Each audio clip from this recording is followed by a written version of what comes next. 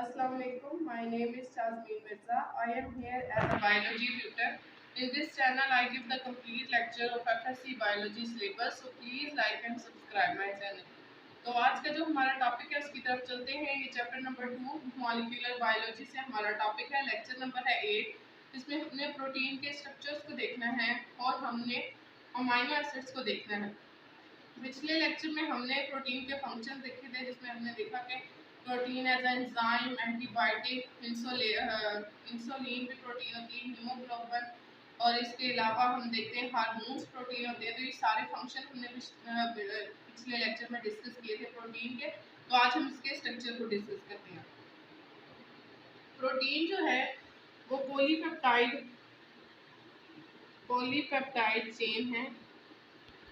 Chain होती है। Protein होती है पॉलीपेप्टाइड चेन किसकी? अमाइनो एसिड्स की। अमाइनो एसिड जो है वो बिल्डिंग ब्लॉक होता है प्रोटीन का। तो इसमें हम देखते हैं कि हमारे पास नेचर में जो अमाइनो एसिड्स हैं वो है 250। इसमें से 25 जो अमाइनो एसिड्स हैं वो प्रोटीन बनाती हैं, और हमारी बॉडी के अंदर बेसिकली 20 अमाइनो एसिड्स जो हैं वो प्रोटीन बनाते हैं। तो हम देखते हैं कि जो 20 अमाइनो एसिड्स हैं, सिर्फ 20 अमाइनो एसिड हमारी बॉडी के अंदर 10,000 प्रोटीन्स बनाते हैं। तो ये जो नंबर है बहुत ज़्यादा डिफर है। इसमें सिर्फ 20 अमाइनो एसिड्स 10,000 जो है वो प्रोटीन के मॉलिक्यूल किस तरह बनाती हैं। इसमें ये जो अमाइनो एसिड्स होते हैं इनका नंबर वेरी करता है, हर सीक्वेंस वेरी करता है। यानी कि एक ख़ास सीक्वेंस, एक ख़ास नंबर जो होता है वो किसी एक प्रोटीन के अंदर होता है, जिससे हमें पता लगाते हैं कि कौन सी प्रोटीन है। नंबर और सीक्वेंस,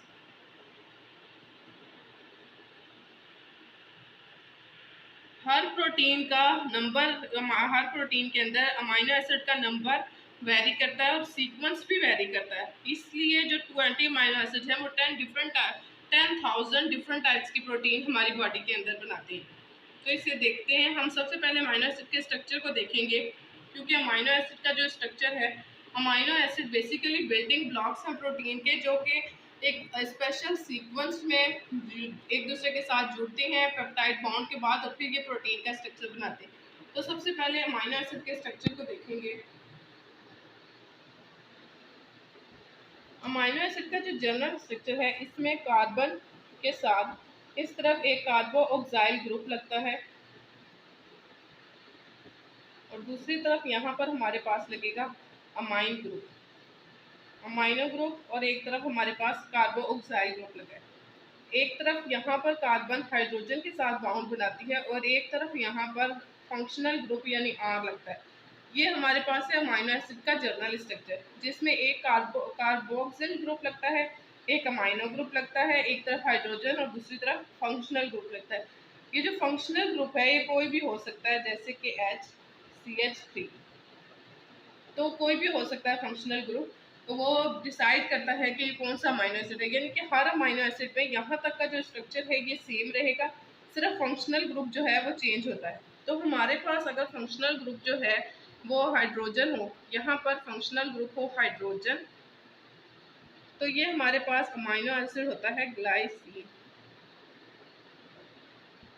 अगर हमारे पास ये फंक्शनल ग्रुप CH3 हो, तो अमाइनो एसिड जो है, अमाइनो एसिड बन जाता है एलानीन।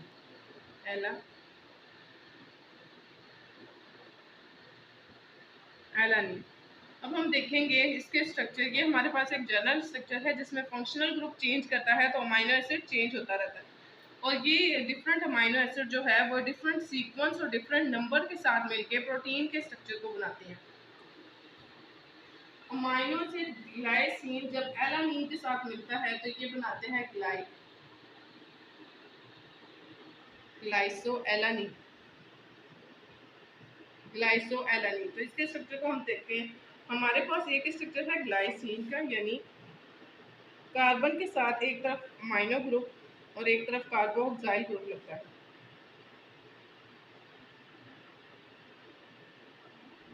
ये जर्नल,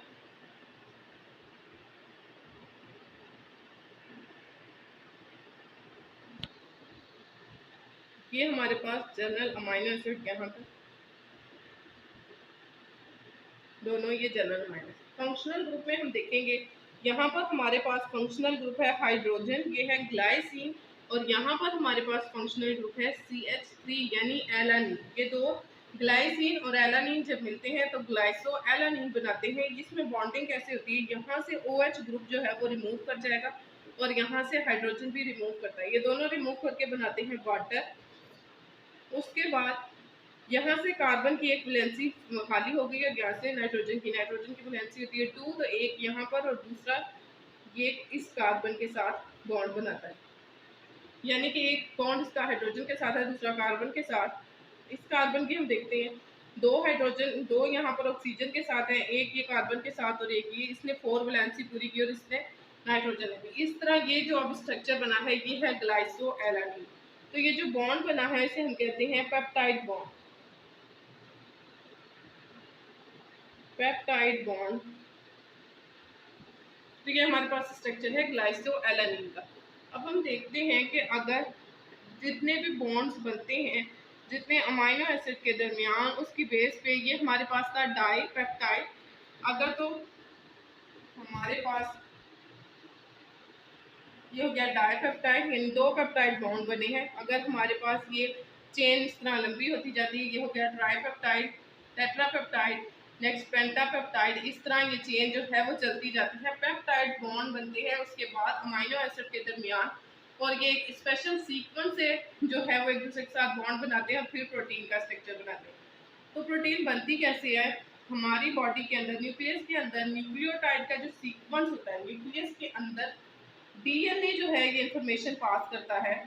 डीएनए के अंदर जो न्यूक्लियोटाइड का स्पेशल सीक्वेंस होता है जो हमें हेरिडिटी से पास आउट हुआ है, यानी कि डीएनए के पास हेरिडिटी से सीक्वेंस आया है, और वो है न्यूक्लियोटाइड का सीक्वेंस। न्यूक्लियोटाइड के सीक्वेंस को कॉपी किया जाता है मैसेंजर आरएनए के जरिए। ये एक लंबा प्रोसेस है जिसमें डीएनए का न्यूक्लियोटाइड के सीक्वेंस को मैसेंजर आरएनए के जरिए इसको कॉपी किया जाता है। फिर वो मैसेंजर आरएनए राइबोसोम, यानी कि वो मैसेंजर आरएनए राइबोसोम के पास आते हैं। राइबोसोम्स, हम कहते हैं राइबोसोम जो है वो प्रोटीन सिंथेसिस की मशीनरी है। तो वो जो डीएनए से कॉपी होता है मैसेंजर आरएनए, और मैसेंजर आरएनए राइबोसोम के अंदर आकर वो सीक्वेंस जो उसने न्यूक्लियोटाइड से कॉपी किया था उसे राइबोसोम के अंदर आकर दोबारा कॉपी करता है, उसे राइबोसोम को इंफॉर्मेशन प्रोवाइड करता है, और उस सीक्वेंस के अकॉर्डिंग जो है वो अमाइनो एसिड जो है वो आकर एक एक करके अटैच करते हैं, पेप्टाइड बॉन्ड बनाते हैं और ये पॉलीपेप्टाइड चेन बना के प्रोटीन्स बनाते हैं। तो ये हमारे पास ओवरऑल स्ट्रक्चर था जिसमें हमने देखा कि अमाइनो एसिड जो है वो किस तरह बॉन्डिंग करते हैं और फिर उसके बाद जो है ये प्रोटीन का स्ट्रक्चर बनाते हैं। हमारे पास हमने अभी देखा है अमाइनो एसिड के स्ट्रक्चर्स को।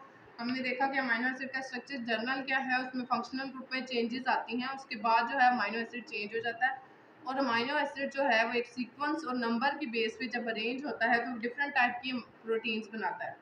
हमारे पास 4 तरह के स्ट्रक्चर्स हैं प्रोटीन के। ये किस चीज़ पे बेस करते हैं कि अमाइनो एसिड किस सीक्वेंस में अरेंज हुए हैं, तो फिर उसके बाद कौन सा स्ट्रक्चर बन रहा है उसको हम कहते हैं, ये उसकी बेस पे हमारे पास प्रोटीन के 4 बेसिक स्ट्रक्चर्स हैं। तो हम इसको आज देखेंगे। हमने देखना है प्राइमरी और सेकेंडरी स्ट्रक्चर को। नेक्स्ट लेक्चर में इंशाल्लाह टर्शियरी और क्वाटरनरी स्ट्रक्चर को हम स्टडी करेंगे। तो हम सबसे पहले इसके प्राइमरी स्ट्रक्चर को स्टडी करते हैं।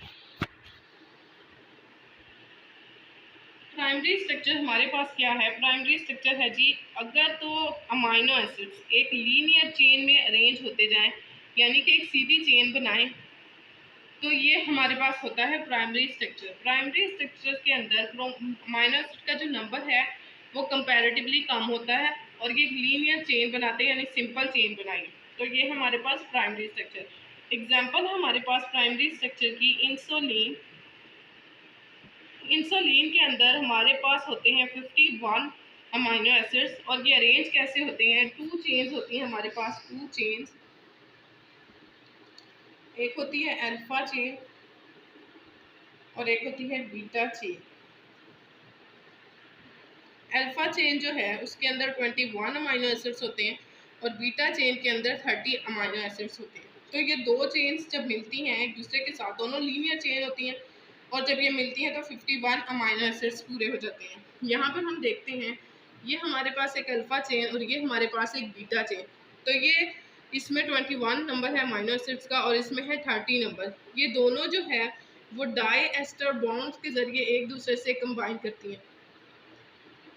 मतलब कि इन दोनों के दरमियान डाई एस्टर बॉन्ड है जो एक दूसरे से इनको जोड़ के रखता है। 2 चेन्स होती हैं और फिर ये 51 अमाइनो एसिड के नंबर को कंप्लीट करती हैं। तो इस तरह ये इंसुलिन एक इम्पॉर्टेंट प्रोटीन है हमारी बॉडी के अंदर। इंसुलिन जो है वो शुगर लेवल को यानी ग्लूकोज को मेंटेन करके रखती है। नेक्स्ट हमारे पास इसकी एग्जांपल जो है वो है हीमोग्लोबिन। हीमोग्लोबिन हीमोग्लोबिन हमें पता है, हमने पिछले लेक्चर्स में भी इसको देखा कि हीमोग्लोबिन जो है वो एक मोस्ट इम्पॉर्टेंट प्रोटीन है। ऑक्सीजन को लंग्स से जब हम सांस लेकर ऑक्सीजन को इनहेल करते हैं तो लंग्स से ऑक्सीजन को लेकर पूरी बॉडी के अंदर ट्रांसपोर्ट करती है और उसके बाद जो carbon dioxide as a waste product of respiration हमारे पास आ जाती है, उसे ये पूरी बॉडी से कलेक्ट करके दोबारा लंग्स में लेकर आती है ताकि वो उसे बाहर की तरफ निकाल दें। तो ये एक बहुत इंपॉर्टेंट प्रोटीन है। इसके अगर हम स्ट्रक्चर की बात करें, इसमें हमारे पास 574 अमाइनो एसिड्स होते हैं नंबर और हमारे पास चेन होती है 4। 2 हमारे पास होती है अल्फा चेन्स और 2 होती हैं बीटा चेन्स।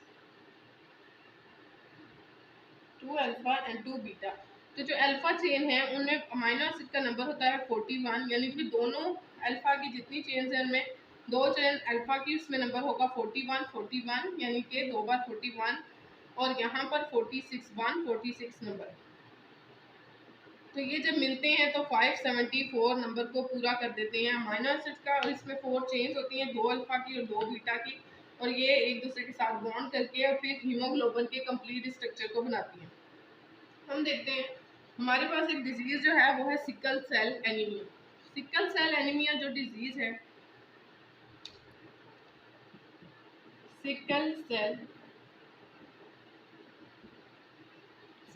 एनीमिया हमारे पास एक डिजीज़ है जिसमें हीमोग्लोबिन का स्ट्रक्चर चेंज हो जाता है।